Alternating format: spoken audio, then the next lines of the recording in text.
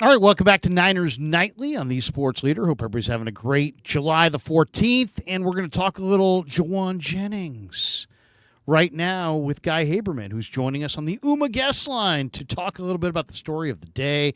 If you missed it, Jawan Jennings has given the Niners an ultimatum: pay me or trade me.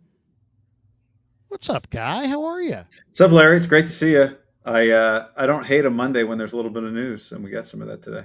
Yeah, seriously.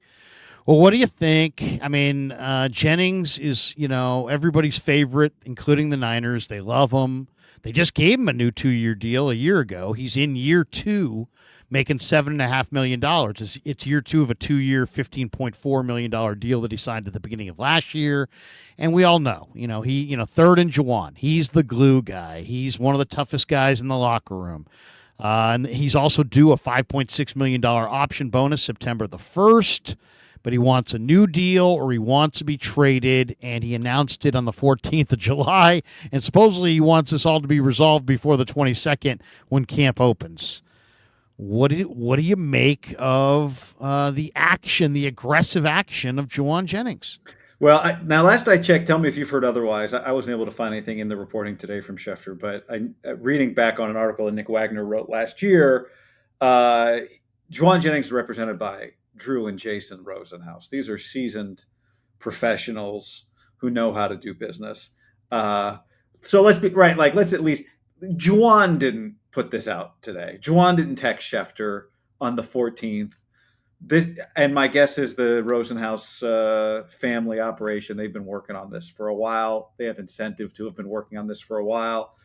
The Niners' MO, while it wasn't this way with Kittle or Warner or Purdy, is to let this thing get deep into the offseason, into the beginning of the season. So I guess from that standpoint, it shouldn't be a surprise. You always laugh when a player without much leverage says, do this or I want to be or I'll request a trade, which then requires the team to agree to his trade request, which you know probably would not happen, and requires there to be a partner. The thing is, it's really good for the 49ers to have Jawan Jennings. It's really good for Jawan Jennings to remain on the 49ers. Like last year, he almost went for 1,000 yards. He was the only consistently healthy, available, and productive receiver on the team. He is the only guy, Larry, currently that checks three boxes: established, healthy. Well, or I guess that's two boxes. What was my third? I had a third box. Established, healthy. Color, Maybe those are the two boxes. Oh, dyed hair, dyed hair, dyed hair. No. The third box was and not facing suspension. Oh, So okay. he's the only guy in the receiver room that's established, consistently healthy, and not facing a suspension. In other words, like he's the number one receiver on the team this year. And I do think there's a possibility if you find the right number, which it matters, like what is he asking? If you pay him $15 million, it doubles his salary, and he has a good year. That's a pretty good value. I just don't see the Niners getting into a situation where they're guaranteeing 3 years of a contract, that sort of thing. So it's a long way of saying I think there's a resolution here that benefits everybody. Well, I'll just say this. I mean, I did a little exercise the other day just looking at every team's wide receiver core, Yeah. and I can almost guarantee you that there are going to be 10 to 15 decent wide receiver prospects that are going to be cut loose or exposed to waivers on the way to the practice squad. And when you have that many guys out there that are interesting, I can't pay a guy who's been a really nice player, but a complimentary piece. I can't pay him like a star, and I don't know what he wants. He's making 7.5. If he wants 2 years and 20 million, I probably could do that. 10 million a year, and get that done. But if he's really looking to break the bank and get that 15 million plus per year offer, no, I don't think so. But I wouldn't do it. isn't there a thing that satisfies your criteria and his? Like Cooper Kupp has a 3 year, $45 million contract, but it's 17.5 million guaranteed at signing. Like isn't there a world where Jawan Jennings gets rewarded, gets paid? He's just turned 28 4 days ago in his prime. He gets paid. You double his salary, right? That would be a significant thing. And still at $15 million, like that's Gabe Davis money. Like for the guy who's clearly your most reliable receiver that's available to you at this point by a mile, that doesn't seem. And here's the other thing Larry would do. Now you have cost certainty in 2026 if he has a good year. Who plays on the last year of their contract? Like, what players that matter to a team play on the last year of their contract? Really?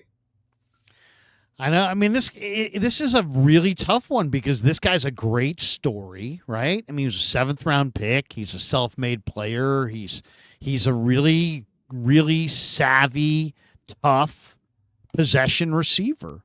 He's entering his age 28 season. The stat that I think helps him, argues his case is that 53 of his 77 catches last year either went for first downs or touchdowns. And he only has a 3.4% drop rate the last 2 years. So he's a solid possession receiver for sure.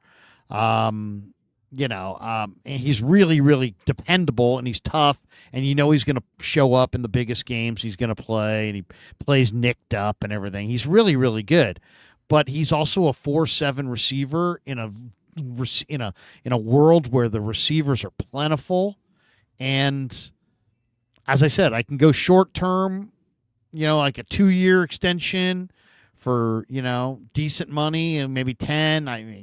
Maybe something like a 10 or 12. But I wouldn't. I don't think it's smart for them to extend. What do you think of the people that have been critical of Shanahan and the 49ers, saying that they've paid too many receivers, that they're too receiver centric, they spent too much money and too much draft capital on receivers already? I mean, like I kind of shrug at it. I mean, look where they're at. They're at Brandon Aiyuk on an ACL, Ricky Pearsall yet to prove anything, and Jauan Jennings and Debo gone. So have they spent too much capital? I mean, like I think you're just constantly trying to acquire. Where I would agree with you, whatever the best talent available to you is, like they didn't want to draft Ricky Pearsall. They just happened to be at the end of the first round. Nobody wanted to trade out. They took a guy they liked. So I don't know. I don't have a big beef with it. Like now, I will say this: the school of I think if you said, "Guy, just give me the simplest course to success for Kyle Shanahan," just every year, if Kyle has one rule for his football team, what should that rule be? To me, the rule would be make your defense awesome. If Kyle Shanahan has an awesome defense, he's probably gonna have a pretty good team, given his ability to coach offense. So, like to the receiver criticism, I guess I get it to a point, but here we are. It's like, I don't know, it's kind of like saying you got too many starting pitchers. Like by midseason, you'll have two. So I understand the logic to the criticism, but look at this team right now. They got one proven receiver, and it's Jawan Jennings.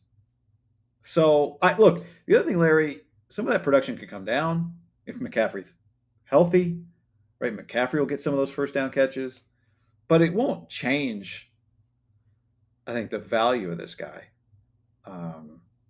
He's pretty important, and they don't have another player like him. He's not redundant in any way for them. I mean, maybe you would say, well, if Pearsall and Aiyuk are both healthy and good, maybe they're a little redundant. But Jennings, there's not. They don't have another Jennings. And the irony is, I think this is probably part of the point you're making. His success is almost the proof of why you don't need to pay a guy $18 million. Because like they could have paid Kendrick Bourne and they didn't, and they drafted Jawan Jennings in the 7th round. And I understand that. That's also logical. But I just look at the situation they're in right now, and it's very easy to see a scenario where they need him in 2026. What's Aiyuk's status? Again, we just everybody that's a question right now in the receiver room is also a question in 2026. It's not just that Aiyuk has to come back from the injury. They also have to repair the relationship and get productivity and all that stuff. So what I see in Jennings, if you can get him on a contract that's essentially like a 2-year deal, is a pretty stable, a stable guy in a room that's pretty unstable right now. I mean, I agree with everything you say, but ultimately, I think it's also kind of a supply. It's really just the supply and demand, right? I mean, Keenan Allen is still out there, and so's Amari Cooper, and so's Gabe Davis, and so's Tyler Boyd, and so's DJ Chark, and so's Nelson Aguilar and Jamison Crowder, and so I mean, those are You're just just naming. veterans. I think you're just naming Raiders. Yeah. But I mean, yeah, all these guys have played for the Raiders at some point. Why have they all played for the Raiders? Yeah, almost. But I mean, there are receivers out there, and there's also, going to be more receivers available at the cut down. And this guy is 28. I just, there's limits to what I would pay, I guess. I mean, he's expected to be at camp on time. He's not expected to hold out. He's expected to hold in. But he's also a very powerful personality in the room. And if he's unhappy and he's there, it just. I'll say the other thing is that this seems to be like why teams don't last very long. It's like everybody's got to get taken care of, and it's like, okay, then are we a team anymore, or is it a bunch of guys worried about themselves? Well, but I mean, that's just a function of the sport. I don't think that is the business. That's not a personality issue. No, I'm not blaming him for it. I'm just saying, how many guys in the room can you pay? And it's like all of a sudden, it seems like it's become, as the roster ages, it becomes about everybody needs to get theirs, but the team has yet to get theirs. I mean, the team is yet to reach the pinnacle, but everybody's got to get their individual situation taken care of. He's a good player. Don't get me wrong. He was very good last year. 77 catches, could have gone for 1,000 yards, got ejected in the last game, 6 touchdowns, played 15 games. Probably not getting, Larry, can I interrupt you? Yeah, no, go ahead. Is he getting 77 catches on a 12-win team? No. I mean, that's the other thing. I mean, he did have at least 7 catches in 6 games. But, he's really, he's not. You can't pay him like a number 1 receiver, that's for sure. And I don't know where you got to pay him more like a 2 or a 3, because he's more of a 2 or a 3. I think that I agree with that. And the Niners have like a 2, like a 1 that's like a 1.5, and a 2 that's like a 2.5. Is Aiyuk a true 1? Not in the true sense of ones, but he can play like a 1, produce like. I think what you listed, all those potentially available receivers, that also depresses any trade market that exists for him. So right. it makes it hard for him to bully the Niners. And I don't think he wants to. He does not want to be. He doesn't want to be traded on July 14th, right? What player wants to be traded when they're the number 1 receiving target at the end of July? Go where? Go play for who? On what team? That's not what he wants. That is not the. I'd be shocked if that might have been the result Aiyuk wanted. And then they were going to trade him to New England. He didn't want that result. Then they were going to trade him to Cleveland. He didn't want that result. So let's start with that. He doesn't want to be traded, and there's not going to be the hottest market for him, given what you just described of available cheaper players. So I think there's really an incentive. I go back to the Cooper Kupp deal. Maybe you hate that deal, but $17.5 million of guaranteed money but he'll make 15 this year. Like, the Niners would argue, well, if it's a 1-year contract, we don't have to do anything. We'll pay you 7.5 this year, which I would understand. But I don't know. It seems to me like with an experienced agent, with what should be a soft trade market, there's a pretty acceptable conclusion here from the 49ers perspective. How rich would you go? Because, I said I'd go 2 years, $20 million, but I don't know if I want to do I don't want to do 3 years, $45 million. I don't want to give him that much. But even if it's really just like a 1 year, like Cooper Kupp's deal is basically a 1-year contract. It's 3 for 45 with 17.5 guaranteed. I'd have to look. His dead cap might be $8 million in 26, which is more than that's the whole Niners cap right now is $8 million in 2026. Not factoring in this rollover, which is a massive rollover at this point. What do they have? $45 million in cap space right now. Right. which is a lot of rollover. And I heard you, and I understand why it exists. I heard you say, like, what's the point of all this rollover cap if you don't use it? What's the point to the 2025 team? You should use some of it in 25. Well, to me, it's a great thing to be able to do it because, like, if you're a young team that's not contending really, yeah, roll over a bunch and have it when you need it. But for a team like the 49ers that's in, like, twilight, so many of their Hall of Famers and stars are in the twilight of their prime, I would say this would be an odd year to kind of roll over 50 mil. What would you trade? Since you're at least open to trading him if the right offer, if it's a hard line and he's not going to take $15 million, you would trade him? Is that what you're saying? Guy, I don't believe there's a trade market out there for him. I really don't because when I think that the Niners are paying him commensurate with what the league thinks of him. He's like the 39th highest paid wide receiver. So I don't think that from the league's point of view, he's overpaid. He's probably paid pretty much right about what he should be paid. He might be a slight good deal. But I don't know. I think his best chance of getting the kind of money he wants is probably from the Niners. And I don't see a trade out there. Like somebody said, oh, maybe the Chargers would trade the receiver from TCU that's bombed and like a third round pick next year and something else. And I'm like, why would they do that? I don't see that happening. Quentin Johnson, I think. It's funny when Kendrick Bourne left. He was too expensive for the Niners. He left for 3 years and $15 million and 7.2 guaranteed. And obviously that was 5 years ago, but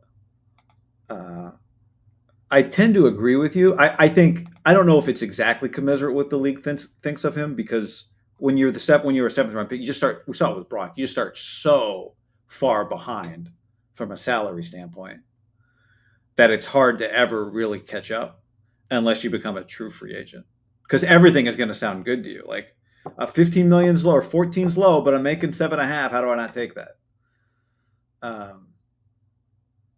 So they're in the similar situation that Aiyuk was in last year in this sense. Like, if you don't pay him, he needs to play because he's going to be a free agent. So he can't not play. Nobody holds out truly from games anymore, right? And you need to show everybody that you're worth whatever you want them to pay you as a free agent coming up.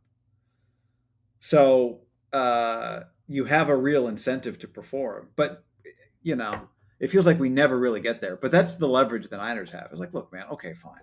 Take 11.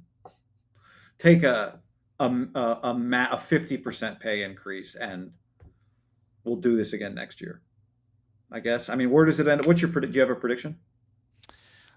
I think he stays and gets a short-term bump for one more year.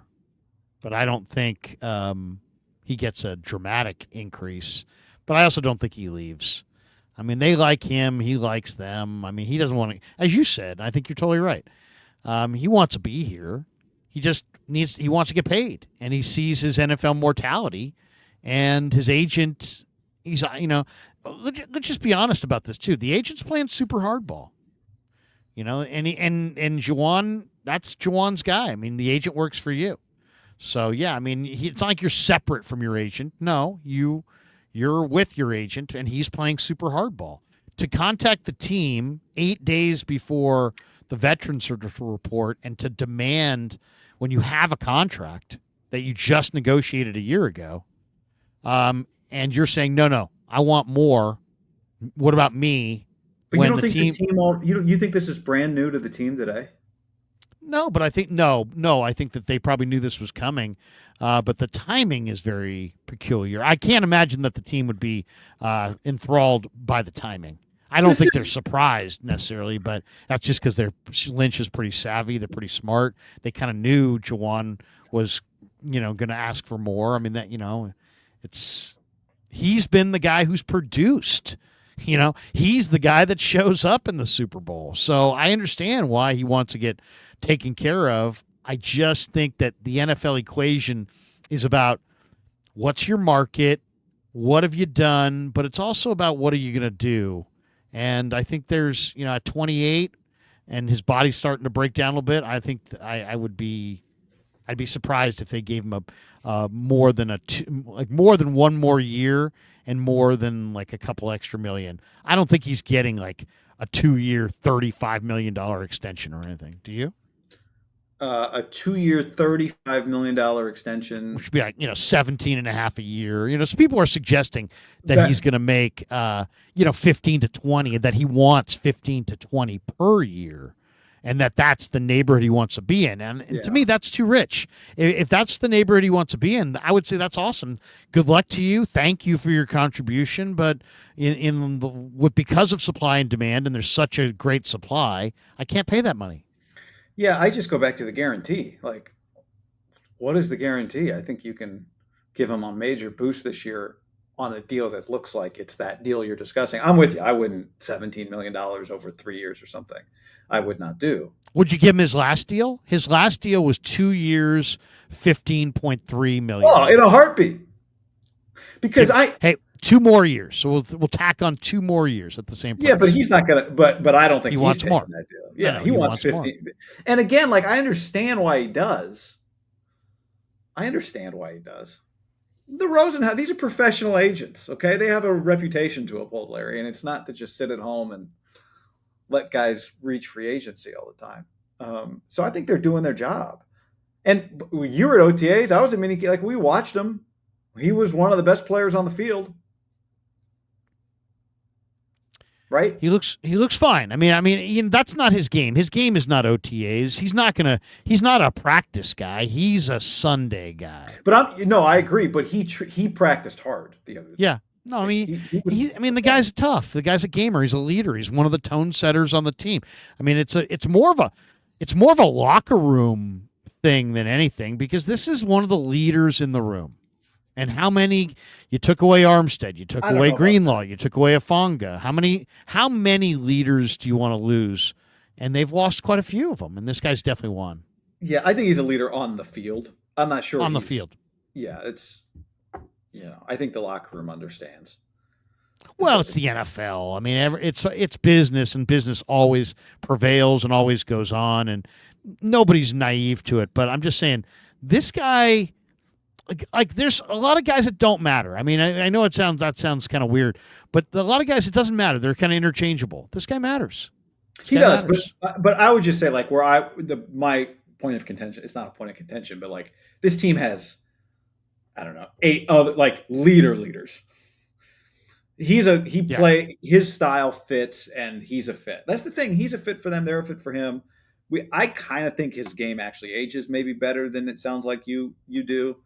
But I'm worried about. I got to be honest. I'm a little concerned about how he's going to evolve. Let's say in the twilight of his career, because because you always lose a little bit of speed, but most of these guys have a little bit of speed to lose. Now this guy doesn't have a lot of speed to lose, and you show me a receiver that runs like came into the league 4.7s and maybe slows down a little bit.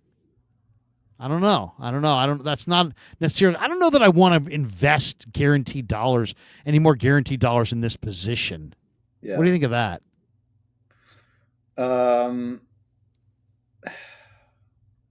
Yeah, I get it. Sure. I mean, it's just so much of it is dependent on like what's going to happen with Aiyuk. Right. Is he going to be back? Is he going to be back in 25 to his old self? Is he going to be back on the team in 26? Is he going to be back to his old self in 26? If he's not, then you need how do you get receivers? Now, the other thing you would say is like go look at the first Shanahan Super Bowl team. What do they really have at receiver that year? They added what's his name from the Broncos halfway through the year, right? Emmanuel Sanders. Like he's had Julio. He's had some great receivers here. Shanahan has won with like his receiver room not being one of the top paid receiver rooms in the league, right? But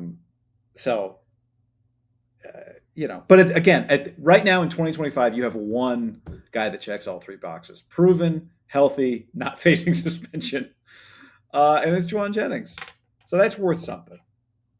I think you could. I guess my point, Larry, is you can pay him. You can do a contract with him that doesn't really hamstring you when he's 30 years old. I I'm think maybe sure. I'm wrong. Maybe he wouldn't accept it. Maybe he wants $20 million a year, and then I'm wrong about that. I'm sure Rosenhaus feels like he's got the Niners over a barrel. If there wasn't a Jawan Jennings and Aiyuk is out until later in the year, let's just take this report this week that he'll be back week 1 as just that's not true, or the possibility exists. But let's just say that's slim and it's probably not going to happen. And let's just say Demarcus Robinson isn't there, so you have no Aiyuk, no Debo, obviously, no Demarcus Robinson, and possibly no Jawan Jennings. How do you see? I mean, what do you got? You got, and that's if everybody else stays healthy. You've got Pearsall, Cowing, and Watkins, and then it's Isaiah Hodgins, Isaiah Nayer, Junior Bergen. Junior Bergen, yeah. I mean, that's pretty thin. It's thin, and I think the highlight there is Ricky Pearsall. The last 40 days ago, or not 40 days ago, whatever it is, 33 days ago, he ended camp hurt. Right, didn't finish, and had a shoulder injury last year that he got in the preseason. So that's the big if in that room. That's the big if. But he finished last year with such momentum.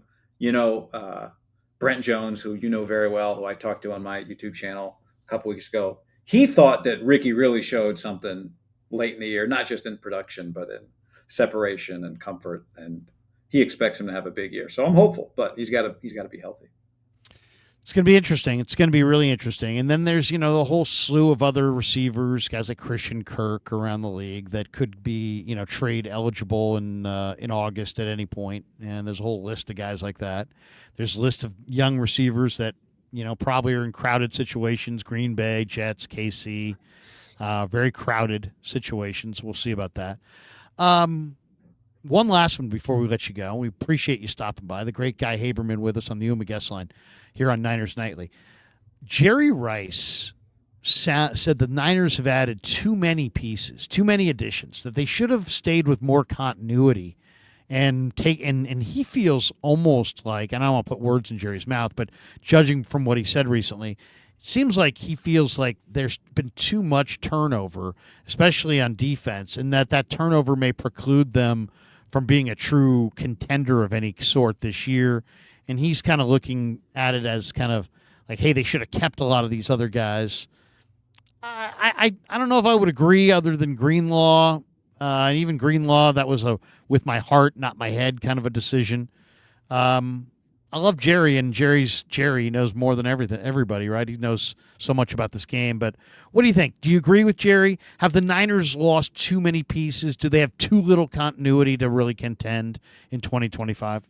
Well, other than Mooney Ward, who it was clear was not going to come back, who would you want back? And Greenlaw. So there's one guy you couldn't have had back. If you wanted Drew Greenlaw back, I understand that. Beyond that, what'd you want back? Bosa's back, Lenore's back, Fred Warner's back. That's a pretty good defensive core. Were you going to bring back one of the Were you going to bring back Hufunga? Is that what you wanted to do? Like, I don't know. Like, who else would you even point to? Who's on that list? I think some of those guys had bigger names than they had game left. But to be completely honest, I don't. Your offensive line is going to return 4 out of the 5. Your quarterback's back. Your tight end's back. Your running backs are back. Your number 1 receiver from last year, I guess, is back. But I just don't know. Ward. If you could have said one guy has to come back that wouldn't have come back, that didn't come back, like I think, which maybe it would have picked Mooney Ward. Yeah. Over Drake. For me, it's Mooney. For me, and he wasn't going to come back. Right. That situation was pretty clear. So this is the natural progression of things, unfortunately. And, I still look at a team and go, when you bring back Nick Bosa, Diamador Lenore, Fred Warner, you used 2 premium picks on defensive linemen up front. You drafted a corner last year that projects now to be your other corner in Renardo Green. You brought your defensive coordinator back. Like, that's good. That's good. That should be good enough. Put it that way. It should be good enough. The safety is a big question, though, Larry. There's no question. Safety is a huge question, but you can help the safeties out with the pass rush. They're going to need a few breaks. They're going to need a few breaks to. Well, they got one. Look at their schedule. They got a very favorable schedule. They're going to need a few breaks. But I think it's reasonable to think that they can contend. I really do. They were really poor in the division. I think they're going to get the upper hand in the division this year. I love the schedule. I love what I saw from Purdy in the offseason. He looks like he's really on another level. I think the loss of Debo, which is such a big national talking point, I don't think is going to be that big because I think you've got some guys that create more separation. I think because you'll have more separation, Brock will throw fewer 50-50 balls. I think there's potentially fewer turnovers because of that. So I think there's some positives in the transition. I don't see it as, oh my God, they've lost everybody. The ones that people would point to would be like, hey, they really kind of need as much pass rush and the D-line as possible, and they let Malik Collins go. They replaced him with a rookie. They let Leonard Floyd go. They replaced him with a rookie. I mean, I guess they brought in Bryce Huff after that, but they brought in a lot of youth up front. So we're going to have to – the big question is how's the youth going to play up front? But I'll say this. I love C.J. West. I think C.J. West is a monster. That's a get for sure. I don't know about the rest of them, but I love him. All right, man. How much are we going to see up in camp? You're always at training camp. You're a big training camp guy. Oh, I'm a big training camp guy, Larry. Well, I don't know if you love it, but you're there. I'll say this, man. I do. You're out there with the rest of us sweating it out. Yeah, and I know you got a lot of college football on your schedule this year. But I'll miss a few camp days because of Big Ten media days in Vegas in a couple of weeks. But I will see you out there. Media days. There's 3 days media days, but a lot of teams. What any games that you can tell us about in September for the KNBR audience that are big Guy Haberman fans that want to find you and see your college football work? Is there any game you can tease that we can kind of put on the schedule that we have to see because of you? Just the early non-con, Larry. So you get your USC Missouri State week 1 for all the Trojan fans. I am excited. I'm going to go see Penn State and your boy Drew Aller week 2. Nice, they're loaded. I'm excited about that. Yeah, they are loaded. They're really loaded. Guy Haberman, he's the best. He's outstanding. Check him out. He's a great follow on YouTube. Check him out on X. Guy, thanks again, man. We'll do it again. Killing it, Larry. Great to talk to you, man. Guy Haberman. We got more straight ahead. It's Niners Nightly on the Sports Leader.